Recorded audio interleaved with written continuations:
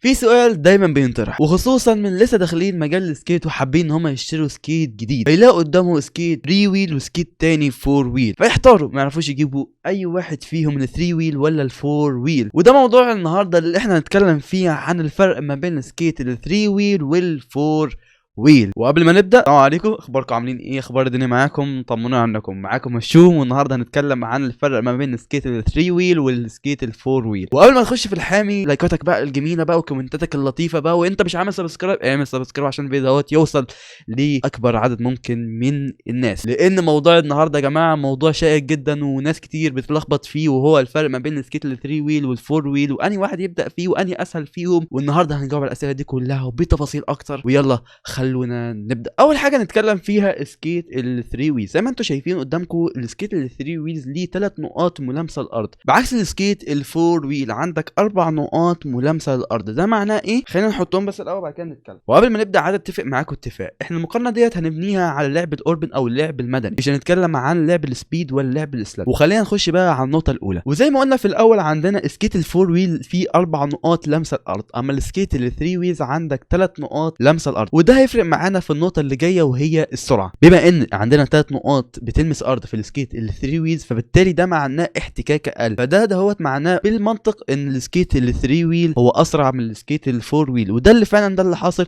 علشان عندك الويز اكبر من السكيت اللي بيجي 4 ويل، لان السكيتات اغلب السكيتات اللي بتيجي 4 ويل بتيجي بمقاس 80 و76 و90، اما السكيتات ال 3 ويلز بتيجي 100 110 125 وفي حاجات زياده اكتر من كده، ولكن ده مش احنا هنتكلم عنه. طب نطلع من عالم السكيت شويه ونيجي نتكلم عن عالم العربيه. علشان تعمل عربيه 1000 حصان او ممكن توصل بيها لعالم ال 2000 حصان تتسارع من 0 ل 100 في ارقام قياسيه جدا، خلينا متفقين ان الموضوع ده هو سهل، تركب سوبر تشارج او حتى تيربو وتكسر ارقام قياسيه والموضوع بسيط. ولكن التحدي هنا انك توقف عربيه 1000 حصان في مسافه قليله وفي وقت قليل. طيب نرجع بقى دلوقتي للسكيتات. احنا عندنا في السكيت ال 3 ويلز بما اننا عندنا 3 نقاط لمسه الارض، فبالتالي احتكاك اقل، فبالتالي علشان توقف سكيت بالسرعه ديت هتحتاج مهاره، هتحتاج سرعه بديهه اكتر من السكيتات ال 4 ويل. بما ان عندنا سكيتات ال 4 ويل متصل بيها بالارض باربع نقاط، فبالتالي بالنسبه لك الوقوف اسهل والتحكم فيه اسهل، وده اللي هنتكلم فيه قدام شويه. فبالتالي تكسب ال 4 ويل نقطه من ناحيه الوقوف، وتكسب ال 3 ويلز من ناحيه السرعه، فبالتالي يرجع الموضوع للعبك انت ومهاراتك انت. وبما ان السكيت ال 3 ويل بيقف بصعوبه او بيحتاج مسافه طويله عشان يقف، فده بيتحسب له في النقطه اللي جايه وهي السلايدات. بما ان عندنا السكيت ال 3 ويلز زي ما انا قلت لكم في 3 نقاط، وانا هطفشكم بالموضوع دهوت، ولكن ديت النقطه المفصليه ما بين ال 3 ويل وال 4 ويل، فبالتالي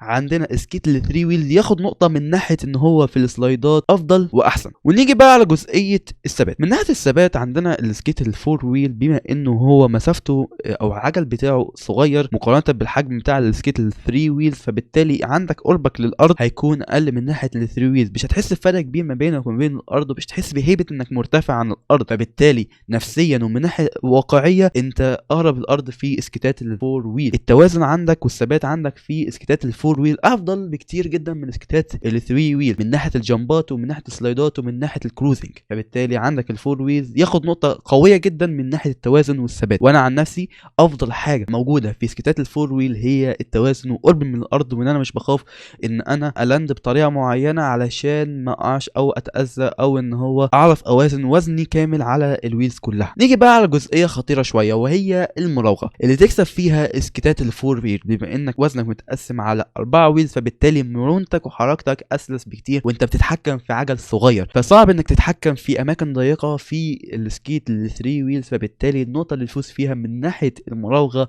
اسكيتات ال 4 ويل. وهنا بقى نيجي على جزئيه مفصليه جدا، وهي جزئيه انا على ذات نفسي بفكر مليون مره قبل ما انقل من ال 3 ويل ل 4 ويل، وهي المشي على الطرق الخشنه. زي ما قلنا في بدايه الفيديو ان احنا هنتكلم على جزئيه الاوربن، وطبعا لما تيجي تمشي في وسط المدن انت مش ماشي دايما على طريق مسفلت او طريق ناعم او على بلاط، احنا ماشيين على شوارع مختلفه على طرق مختلفه، واحيانا نطلع على اماكن مش ممهده، فبالتالي اللي يسعفنا في الوقت ده هي سكيتات ال 3 ويلز اللي هي بتديك ثبات افضل، ومن ناحيه ان هي بتكون ستيبل اكتر في الطرق الخشنه وتقدر تتعامل معاها اسهل بكتير من السكيتات ال 4 ويل. ومن ناحيه التجربه سكيتات ال 3 ويلز افضل بكتير جدا من ناحيه المشي على الطرق الخشنه من سكيتات ال 4 ويلز، نسبة الى حجم الويز الكبير. الجزئية اللي جاية انا ما شفتش ناس كتير بتتكلم عنها، وانا بصراحة مش عارف اسميها ايه، ولكن هي جزئية البوزيشن بتاعك او الستايل بتاعك في الحركة. هسألني يا هشام هو في فرق ما بين ستايل الحركة بتاعك في الثري ويز عن الفور ويز؟ هقول لك في فرق كبير جدا ما بين البوزيشن بتاع جسمك ومن ناحية البوش بتاعك. فانت بيكون ميلانك اكتر لما تيجي تدي بوش،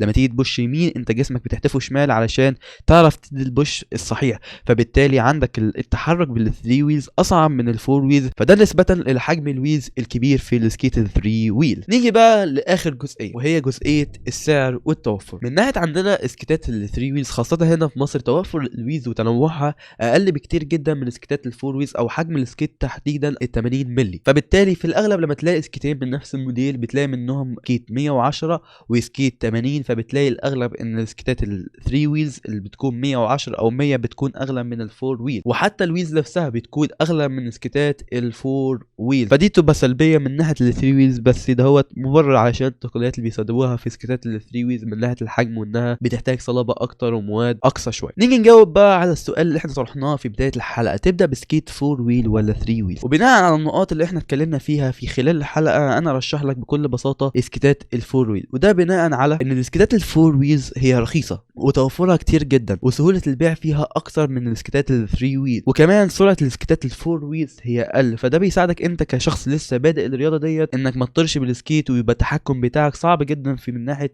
السكيت، وغير كده ان هو قريب من الارض فده بيساعدك جدا انك تتوازن بالسكيت. فبكل بساطه سكيتات الفور ويلز احسن بكتير، وبرده في نقطتين تانيين ان هو تقدر تقف بكل سهوله بالسكيتات ديت، وكمان سعرها ارخص فمش هتحتاج انك تستثمر مبلغ كبير جدا عشان تشتري سكيت وتبدا بيه. بس اتمنى انكم استفدتوا ووصلنا الى نهايه الحلقه، فتنسوا على النبي اللهم صل وسلم على نبينا محمد ولا اله الا انت استغفرك واتوب اليك. كان معكم الشوم في امان الله الكريم، السلام عليكم.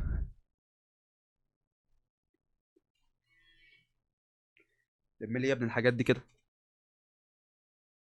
ما يعرفوش يجيبوا سكيت 3 اوكي لا لا انا